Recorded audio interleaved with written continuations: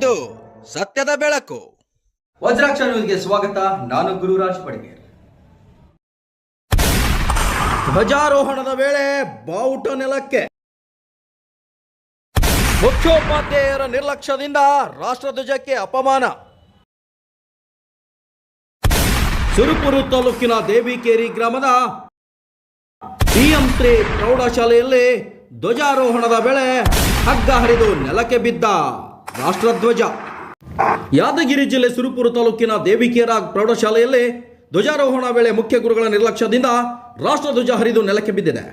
ಇದು ಆಗಸ್ಟ್ 15ರಂದು ಇಡೀ ದೇಶವೇ ಹಬ್ಬದ ರೀತಿಯಲ್ಲಿ ಆಚರಣೆ ಮಾಡುವಾಗ ಬಾವುಟ ಕೆಳಗೆ ಹಾಕಿ ರಾಷ್ಟ್ರಧ್ವಜ ಅಪಮಾನವಾಗಿದೆ. ಕೂಡಲೇ ಅವರ ವಿರುದ್ಧ ಕಾನೂನು ಕ್ರಮ ಜರುಗಿಸಿ ಮುಖ್ಯ ಶಿಕ್ಷಕರ ಅಮಾನತು ಮಾಡಬೇಕು ಎಂದು ದೇಶಪ್ರೇಮಿಗಳು ಆಗ್ರಹಿಸಿದ್ದಾರೆ. ರಾಷ್ಟ್ರಧ್ವಜಾರೋಹಣ ಮಾಡುವಾಗ ಗರಿಷ್ಠ ಜಾಗೃತಿ ವಹಿಸುವುದು ಪ್ರತಿಯೊಬ್ಬರ ಕರ್ತವ್ಯ. ಆದರೆ ದೇವಿಕೇರ ಶಾಲೆಯಲ್ಲೇ ಹಗ್ಗ ಸರಿಯಾಗಿ ಬರದೇ ಇದ್ದಾಗ ಮುಖ್ಯ ಶಿಕ್ಷಕರು ಬಲವಾಗಿ ಎಳೆದ ಪರಿಣಾಮ ಹಗ್ಗ ಹರಿದು ಧ್ವಜ ನೆಲಕ್ಕೆ ಬಿದ್ದಿದೆ ಎನ್ನಲಾಗಿದೆ. ಈ ದೃಶ್ಯ ಕ್ಯಾಮೆರಾದಲ್ಲಿ ಸೆರೆಯಾಗಿದ್ದು ಸಾರ್ವಜನಿಕ ವಲಯದಲ್ಲಿ ತೀವ್ರ ಆಕ್ರೋಶ ವ್ಯಕ್ತವಾಗಿದೆ. Vajraksha news report, Shravan Kumar, Surapur.